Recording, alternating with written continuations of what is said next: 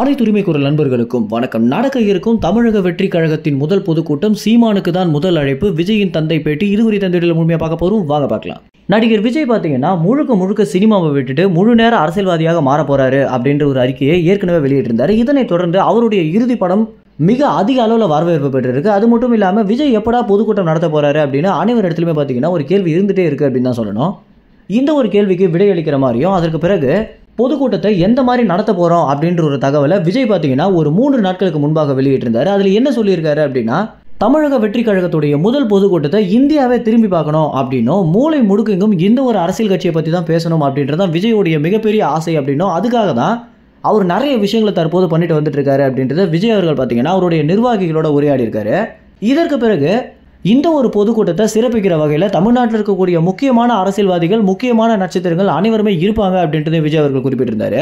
இதனை அடுத்து தான் பார்த்தீங்கன்னா விஜயுடைய தந்தை யாருமே எதிர்பார்க்காத ஒரு விஷயத்த சொல்லியிருக்காரு. அது என்ன அப்படின்னா, விஜயை பொறுத்த வரைக்கும் ஆரம்ப காலத்திலிருந்தே தமிழ் தேசிய அரசியலை அதிக அளவில் கூர்ந்து கவனிக்கக்கூடிய ஒரு நபராக தான் நான் பார்த்துருக்கேன் அப்படின்னும், அது மட்டும் இல்லாமல் சீமானுடைய வீடியோக்களை அவர் பார்க்குறத நானே பலமுறை பார்த்துருக்கேன். இந்த மாதிரி சீமானுடைய அரசியல் மேலே தான் விஜய்க்கு பார்த்தீங்கன்னா அதிக அளவில் ஆர்வம் இருக்குது. இதை வச்சு பார்க்கும்போது நிச்சயமாக விஜயுடைய பொதுக்கூட்டத்தில் முதல் ஆளாக சீமான் தான் இருப்பாரு அப்படின்றத எனக்கு தெரிஞ்ச ஒரு தகவலாக இருக்கு அப்படின்றத எஸ் ஏ சந்திரசேகர் பார்த்தீங்கன்னா தற்போது ஒரு மேடை பேச்சில் சொல்லியிருக்காரு. எஸ் ஏ சந்திரசேகர் ஆரம்ப காலத்தில் இயக்குனராகவும் தற்போது நிறைய சீரியல்களில் பார்த்தீங்கன்னா நடிகராகவும் இருந்துட்டு இருக்காரு. இந்த வகையில் நிறைய நிகழ்ச்சிகளுக்கு இவர் கலந்து கொள்ளும் போது விஜயை குறித்தும், விஜயோடைய அரசியல் குறித்தும், அதற்கு பிறகு தமிழ்நாட்டுடைய அரசியல் குறித்தும் பல விஷயங்களை பகிர்ந்துட்டு இருக்காரு.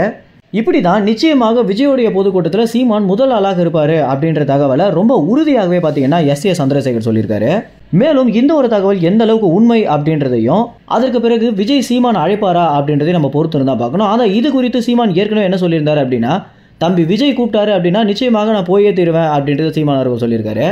இப்படி இருக்கும்போது விஜயோடைய அடுத்த செய்தியாளர்கள் சந்திப்புலையோ அல்லது ஒரு பெரிய பொதுக்கூட்டத்திலேயோ அவர் என்ன பேச போறாரு அப்படின்றத நம்ம பொறுத்து இருந்தா பார்க்கணும். மேலும் இந்த ஒரு தகவல் குறித்து என்ன நினைக்கிறீங்க அப்படின்ற உங்க கருத்துக்களை கமெண்ட்ஸில் தெரிவிங்க. நன்றி, வணக்கம்.